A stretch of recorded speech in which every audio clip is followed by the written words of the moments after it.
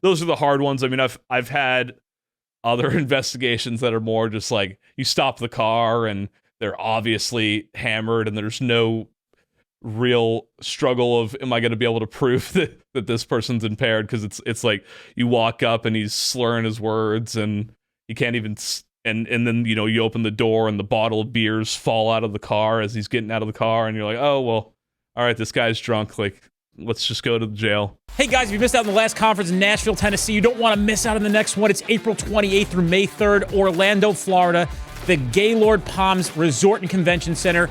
You made a mistake missing the last one. You don't want that to happen again on this one. 5 days of some of the best training you're ever going to experience packed into one event. We have an early bird special right now, $50 off. Use 24 early bird on our website, streetcop.com.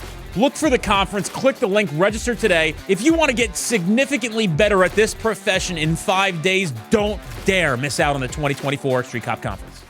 111, 110.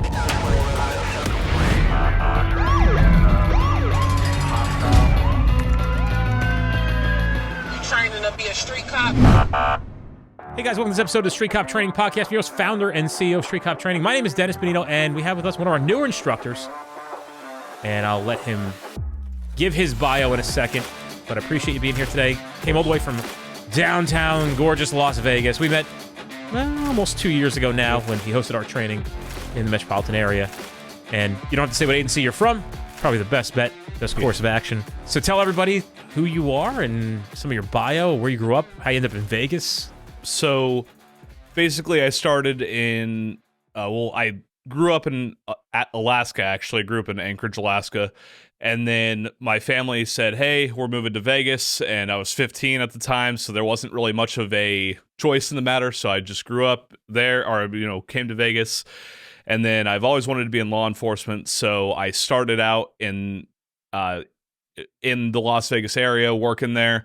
I've been working for about 7 years in law enforcement in Vegas, which I've been told kind of amplifies your time because Vegas is a crazy place where It's nuts, right? all sorts of things happen all the time. And then when I first started, I kind of was just learning as much as I could learn, kind of learning as many things as anybody would teach me.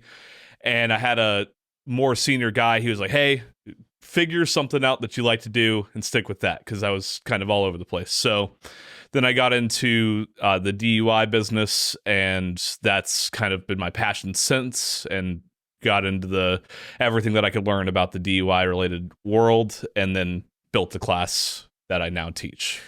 Yeah, and obviously you're a DRE as well, correct? Yes. So what's the name of the class, and what is it about? It's DUI Investigations and Convictions, and basically what it's about is the way that I built the class is to pair the drug world to the alcohol impairment that everybody's used to seeing, and then how to articulate impairment based off of just the little standardized field sobriety test that everybody knows how to do.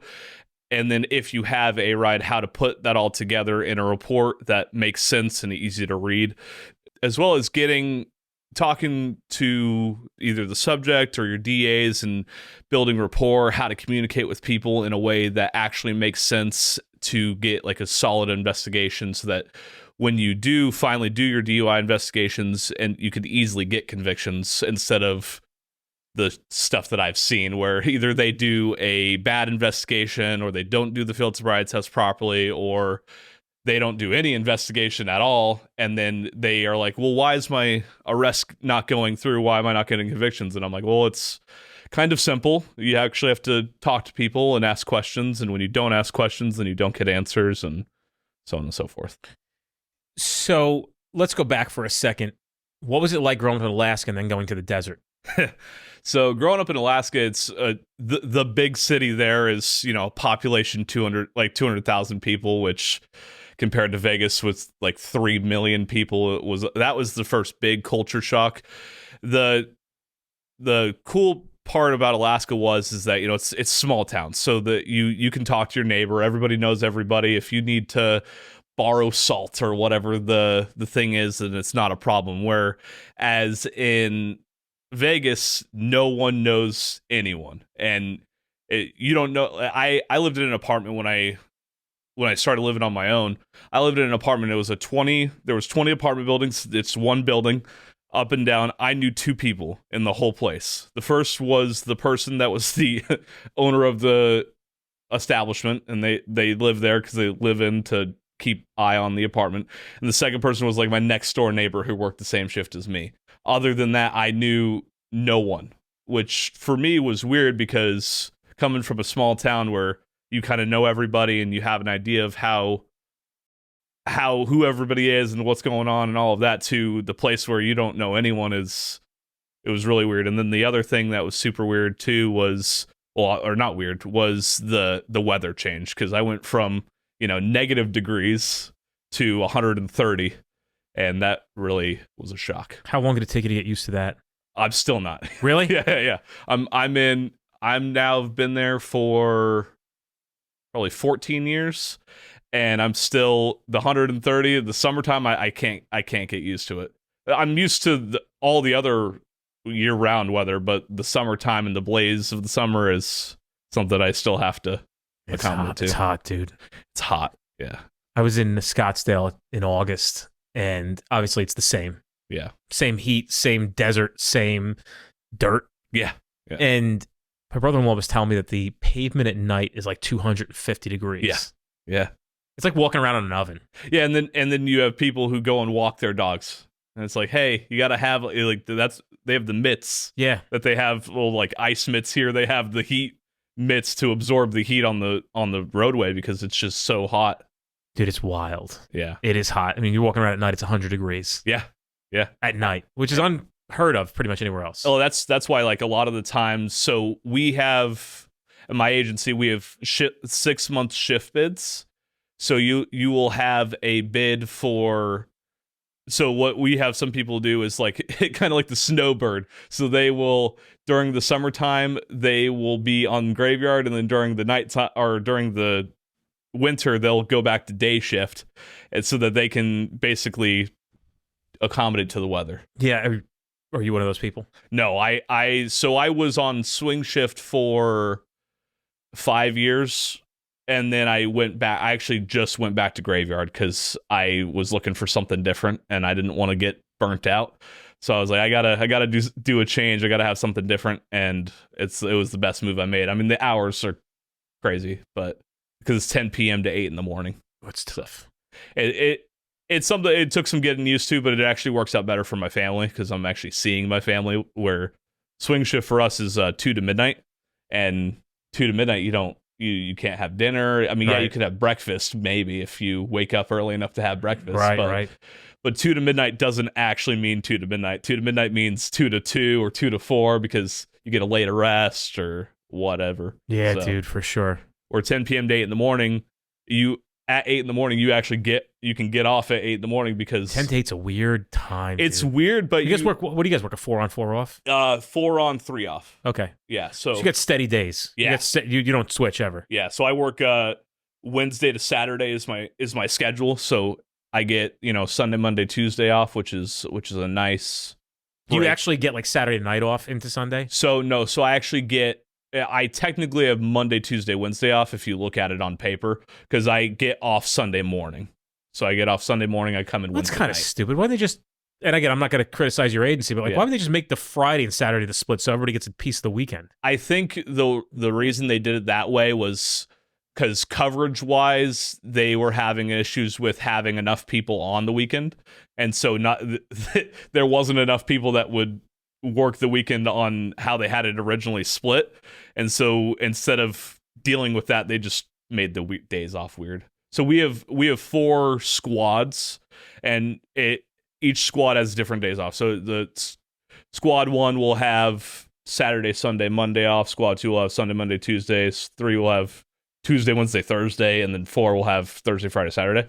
So then it rotated enough to make it for them. You could always bid off the shift in 6 months anyway if you want. Exactly. Right? Yeah. And I can have whatever shift bid that I want because I have enough seniority on my department to go wherever I wanted. So tell me about some of your more memorable DUI investigations and why they're so important.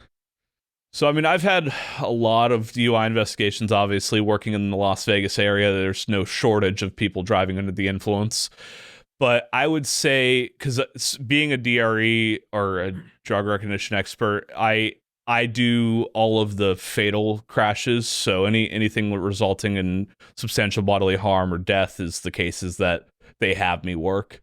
So I've worked some cases, like one case that comes to mind right now is I had a case where he was going 98 miles an hour and then went straight into a crash attenuator, rotated and killed his back passengers, and then severely injured somebody else because they like broke his like femur. Wow. And so I get on scene and he's up talking, no problem at all, because he's drunk and high. So I go, and after he's done filling out his statement, I bring him over to the car, separate him from everybody, and then I do the DUI investigation. He does the whole thing, all the field sobriety, and he has obvious clues and indications of impairment.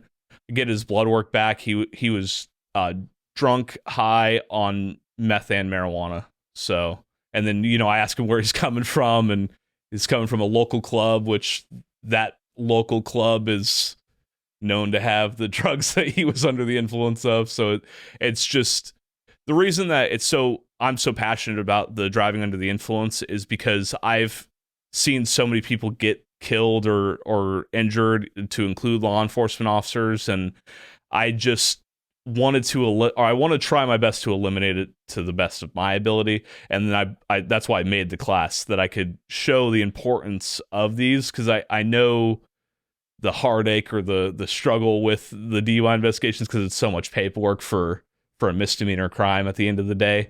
And so I knew some of the struggles or some of the issues that we have with the process, and I wanted to help alleviate some of those, or the ones that I could. What happened to that guy? So that guy went for, I believe he got 20 years for his, and he killed the friends in his car. So he killed 2 people in his car. He got 20 for the first person, and then I think he ended up getting 20 for both. Like that was the deal. Yeah. So he got that, and then so now he's in prison. Yeah. So. And then I've had others, other fatals. Like I had one where the guy drove wrong way, and then he killed a family. Wow. He had 2 people killed. So he killed mom, dad, and sister, and there was 2 babies that stayed alive, thank God. The first one had a traumatic brain injury, so he's doing better now. And then the second one, she broke her arm, but she remembers everything. So the trauma that she had to experience, and she's 5, so she'll remember it. And wow. So the trauma for her, and he was high on fentanyl, and so I remember doing that. He got 20 per life, so he'll be in prison for a while. Yeah, that's terrible, dude. Yeah, and those are the hard ones. I mean, I've had other investigations that are more just like, you stop the car and they're obviously hammered, and there's no real struggle of, am I going to be able to prove that this person's impaired? Because it's like you walk up and he's slurring his words, and you can't even, and then you open the door and the bottle of beers fall out of the car as he's getting out of the car, and you're like, oh well, all right, this guy's drunk, like let's just go to the jail. Or you get the person who's like, yeah, just arrest me, I'm hammered. And yeah, that's the Vegas way. What percentage of people do you think are driving under the influence after 12 o'clock at night? I mean, 80%, I would say, because so after midnight, especially in like the Las Vegas area, the only people that are driving on the road after midnight are either people who just got off of work, because we since it's a 24-hour town, we have odd shifts hours nonstop, right? Shifts nonstop. So you have the people going home from work, which half of those people are under the influence too, because it's like bartenders or exotic dancers or whatever. And all of those people either drink or use drugs, and then they drive their cars. So you have those people that are impaired, and then you have the people that are enjoying the Vegas experience. And so obviously they're not doing that sober for the most part. So I'd say, 80%. So if you're stopping cars, you're finding them. And that's what I strive people to do, because it's like, hey, our whole goal is to prevent crime before it affects other people. Right. So let's interdict the impaired driver before they kill somebody. Yes. Or before they crash. Yeah, you have to try to quantify or measure how many people's lives were probably saved because of somebody stopping somebody who's probably inebriated. Oh yeah. We had, I mean, I could tell you some. We had one so crazy. I could think of a couple in my career that I recall. I was sitting at a light in my town, and the light turn, like, it was a big intersection, bro. Major highway, 3 lanes one way. So essentially 6 lanes, three each direction. Right. North and south. And then the intersection had 3 lanes each way. It's a big intersection, big, broad. And so it's right by our mall. Sit at the light, I got sent to a job. Like, just some bullshit paperwork job that nobody wanted to do, right? Some kind of bullshit job. And, dude, like, the light turned red and was red for a while. And this dude came by in a burgundy Mustang and, like, blew the light, like, 14 seconds after the light had turned red. And he almost killed these 2 kids running across the street. So I stop into a gas station. He is gassed. Yeah. Dude, it's like 4 o'clock in the afternoon. Yeah. This isn't like 3 o'clock in the morning. It's like 4 in the afternoon, 5 in the afternoon. And of course, people at the police were like, you got sent to a call. What are you stopping cars for? And I came back. I'd like to defend myself. I'm like, guys, he almost hit 2 fucking kids running across from the mall. It's like 12, 13-year-old kids, right? Running across the highway because they weren't doing it illegally. And this guy's gassed out of his brains at 4:30, 5 o'clock in the afternoon. So that was just like really, like, I could not believe how drunk he was like a 2.7, dude. Oh, wow. Yeah. So he was shit-faced and driving and like, yeah. Dude, it would just be, we had a guy, I think the highest BAC I've ever seen was we had a guy come from the town across the bridge from us. And I was working, I wasn't a part of it. He had ridden the curb, like on rims, for like 5 miles. Wow. Yeah. He was literally just letting the curb drive him. And so we went out later, I remember like looking at the damage that he had obviously done to the road. Yeah, and dude, it's wild. Yeah. That dude was like he was like a 4-1, some shit like that. It was wild. Like, we was like, dude, that guy, we just got his blood back or whatever. He blew a 4, like, you know, but he was still like awake at a 4-1. That's crazy, yeah. And unfortunately, with those, you get the people who are habitual drinkers, and so 2 in the afternoon, and they are blitzed. And I've seen it. I mean, I think the drunkest that I've personally dealt with is like a 3.6, but a 3.6 that's ridiculous. That's somebody who I couldn't even get to a 3.6. Yeah, you'd be in the hospital. Yeah, exactly.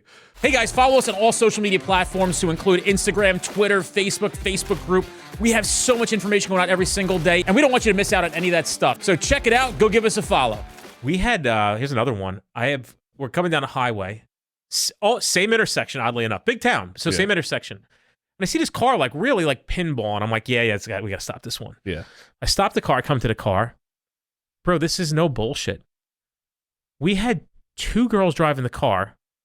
Legal age to drive in New Jersey, 17. Okay. 15.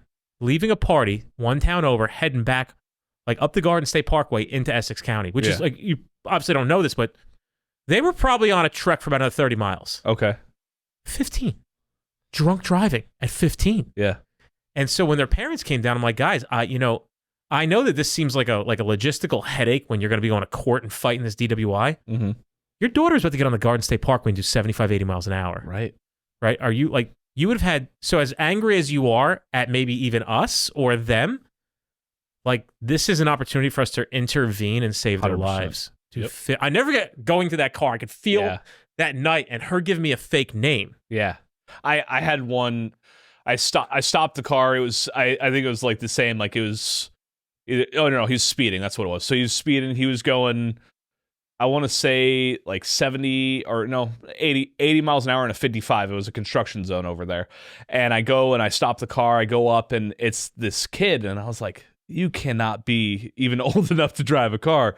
And I look and he hands me his permit. He was like 16 years old. And I was like, what are you doing driving a car at, it was 2 a.m.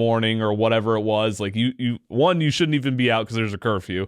And 2, and you could smell the strong odor of burnt marijuana. Like, it was very, very obvious that he'd been smoking. And I pull him over or start doing, the field sobriety stuff and all that. And then we have to go to the hospital because they don't, over where I work, they don't take juveniles until like the hospital clears them for if they're driving under the influence or anything like that. Okay. So then we have to go there, and now I have to call the mom and be like, "Hey mom, your son's high and driving your car, so figure that out." And it's just to put it into words of the impact that you can have by just arresting or stopping that crime.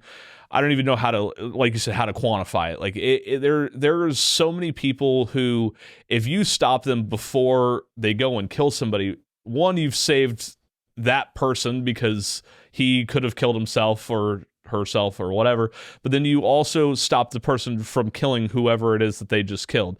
And what a lot of people don't understand is when somebody kills somebody, it doesn't just affect the person that died. It affects their whole family and their friends and everybody else. So just trying to explain to them, hey, the reason that this crime is so bad is because of this.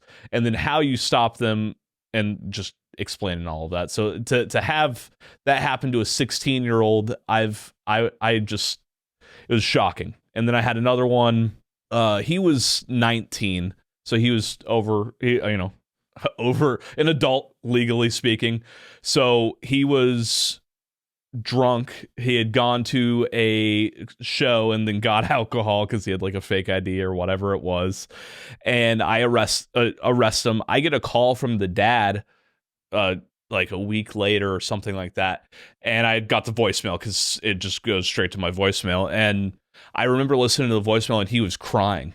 And he was like, "Thank you so much for being so nice to my son and for arresting him," and all of that stuff. And that just had such an impact. Tell us about some of the things that you see. I mean, you mentioned it briefly before, what we're doing as a profession where we're falling short in the convictions of or investigating DUI, crashes, DWI, OUI, OWI. Every state's got a different thing for them. Exactly. Different acronym. And how important is the case law tied to that stuff? So to answer your first part of the question is I think the biggest struggle for law enforcement officers that they're coming to with crashes is articulating who the driver is or how he had actual physical control. Because when you get to the crash scene, 9 out of 10 times they aren't still sitting in the driver's seat of their car. They more likely than not are outside of their car. They're stumbling or walking around or doing whatever. And if you have multiple people in the car, then now you have to do some investigative work. And one of two things typically happens from what I've seen. Number one is either they go, "Oh, well, can't find the driver," or "Can't figure out who the driver is, so I guess this is over."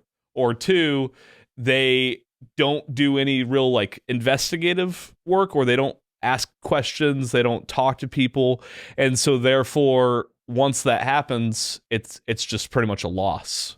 And then case law, I mean, obviously there's a lot of case law on driving under the influence cases. There's a lot of good Supreme Court cases that came about from it. And I could just think of just a few. I'm blanking on the names right now, but there's a few case laws that were just really, really good for us because of officers who were experienced, who knew how to articulate impairment and how to prove like what the danger is of the action. And then we can win the cases from that. But it just takes somebody taking the time to learn or want to train to get better at it. There's such an easy way to research the case law on this, and I'll give everybody a clue here. If you go into scholar.google.com, or you can Google Scholar, it'll prompt it.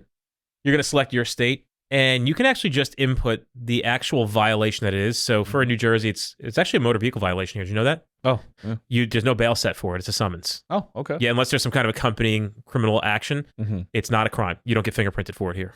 Yeah. Wow. Yeah, I don't know how many states are like that, but it's not. There's no bail set, nothing. But if you put in 39:4-50, which is our code for it, inevitably you'd bring up every case where a 450 was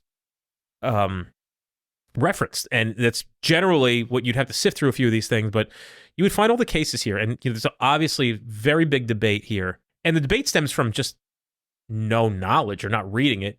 Right. And sometimes the debate I hear is like, well, we didn't actually see them operate the vehicle. I'm like, well, you don't need to see them operate the vehicle. Correct. Yeah. Not in New Jersey, at least. Yeah, that's I'd say that's most states. Yeah. Yeah. So you don't need to prove operation in order to prove operation. Correct. Yeah. Or charge with a DWI. So you could do that, or you could actually. So we're a DWI here. There's a driving while intoxicated. Okay. It's not a DUI. Yeah. That's what we use as an acronym. So you could also go in and search DWI or driving while intoxicated. Those three searches, you could actually put them all in the same search bar, and it should pull all the results. So, and there's thousands and thousands of cases. Probably in the country, but there's probably, I think in most states, maybe 10 cases that everybody needs to be familiar with. And, I would agree, yeah. And so you're going to run into, as a police officer, a time where you're going to have to pursue charges under a DUI or DWI. And so you need to know what those things say. But it's always so comical because they're like, oh, make sure you read this statement back at police headquarters. Like, okay, why? Like, you can't get them to submit to a breathalyzer or intoxilizer. Intoxilizer, yeah. To an intoxilizer without reading this thing to them. To the intoxilizer, like, understanding report. Right. But it would be good to know, like, where that comes from. Why did that thing get created? Yeah, the case law behind it. Yeah. And there's actually a case in West Virginia that cop gets called for a job, and the call is there's a guy laying on the ground ahead of his car's off, not moving, and in a pull-off area. So he gets there, and the guy's blitzed, hammered, drunk, and so they do a DUI investigation because it's obviously him. He's the only one around. He's the only one who could have been operating that vehicle at some point in time in the near to recent future. And so they do the investigation, and they get the DUI conviction even with no operation. Obviously, the car was off, and he wasn't even. I mean, he was laying in front of his car. He wasn't even anywhere near the driver's seat. But the pull-off area, the fact that he got there, wasn't like a parking lot. Yeah. Right? You had to have gotten to that pull-off area somehow, some way. Exactly. And that's what a lot of the case law that I've read in regards to this is just proving that they operated the motor or driving or an actual physical control of the motor vehicle at some point in time while under the influence. Yeah. So if the hard part is okay, if you're in a bar parking lot, and then you go up, and because you got called there, you go up and you see somebody passed out behind the wheel of their car. Were they drunk when they pulled up to the bar, or were they drunk from the bar? And so now you have to go into the bar and talk to the person. Hey, did this dude out here drink at all, or did he even come into the place, or is he legally parked? And there's a lot of questions with it. But we had a bar that was next to a train station. People used to park in the bar parking lot. Mm-hmm. I forgot, they used to get tickets, and so people would call me, and they were expensive tickets. I forgot they were like $100 and something tickets. Oh, wow.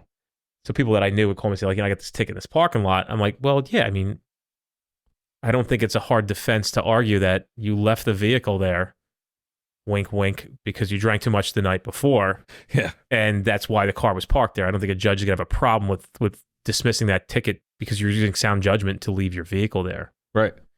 I can't emphasize it enough, like how important it is to really, live under the understanding that we're in a time now where you're 5 minutes away from a Lyft or an Uber. 100%. What does a DUI typically cost people?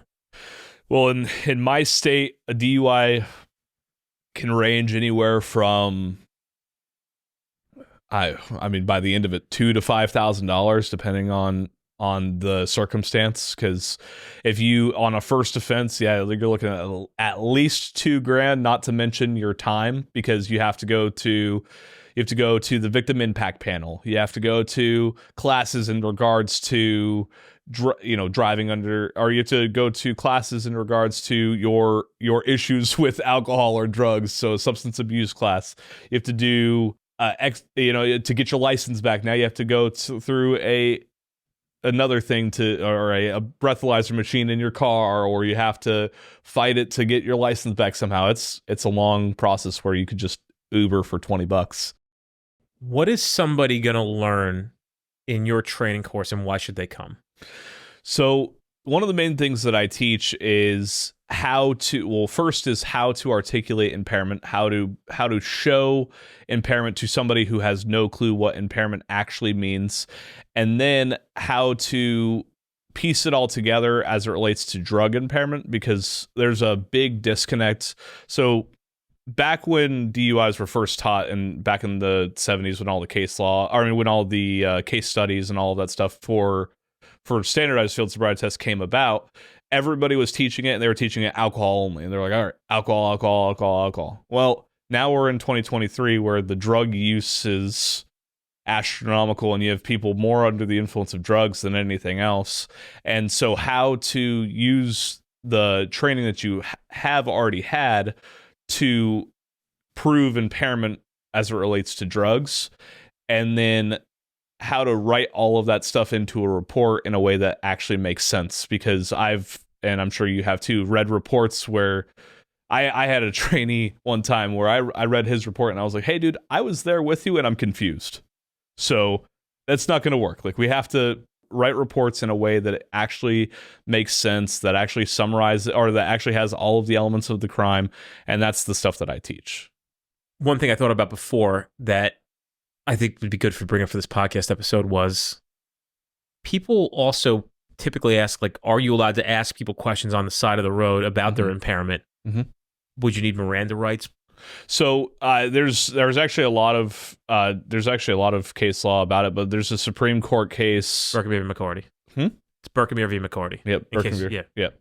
And you do not need Miranda for interview, or you do not need Miranda for interviewing for anything as relates to DUI investigations, because you're doing an investigation. You're not in custody interrogation, so you don't need Miranda. Right. So yeah, and there's a case in New Jersey called Burkinitis. It comes out of Seaside Heights, and they cite Berkemeier v. McCarty in New Jersey. So if you would have searched Berkemeier v. McCarty in Google Scholar, you would come up with probably the first result you get here. But essentially, roadside questioning of a motorist suspected of DWI or DUI is not constitute Miranda on the side of the road. So you can ask somebody, what have you drank? How much have you had to drink?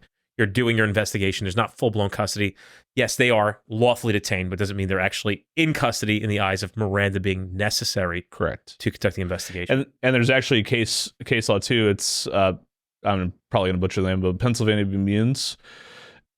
And in that case, they talk about doing field sobriety tests after they are already in custody and in at the jail, and they found that the field sobriety tests in it of themselves you can do without Miranda, because it's not testimonial evidence. Right. You're having them do an action. Now, if you're going to ask questions, obviously you have to have Miranda once they're in custody, but beforehand, if it's just on a traffic stop or a crash or whatever, you don't need it.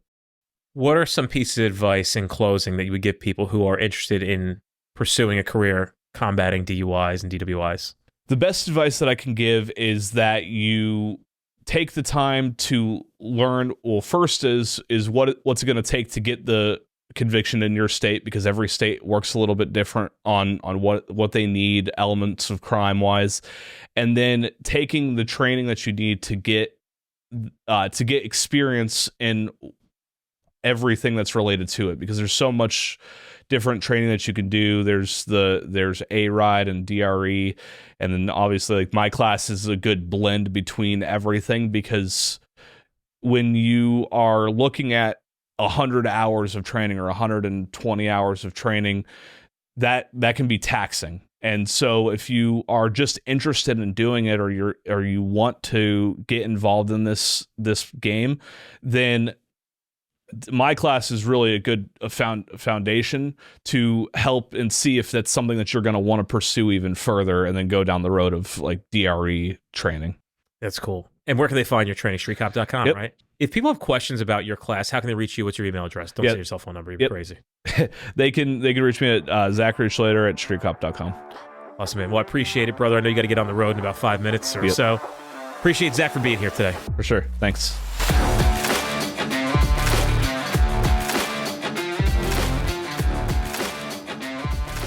Hey guys, check out our upcoming training at streetcop.com. Don't forget, we have 50 instructors nationally teaching a variety of topics.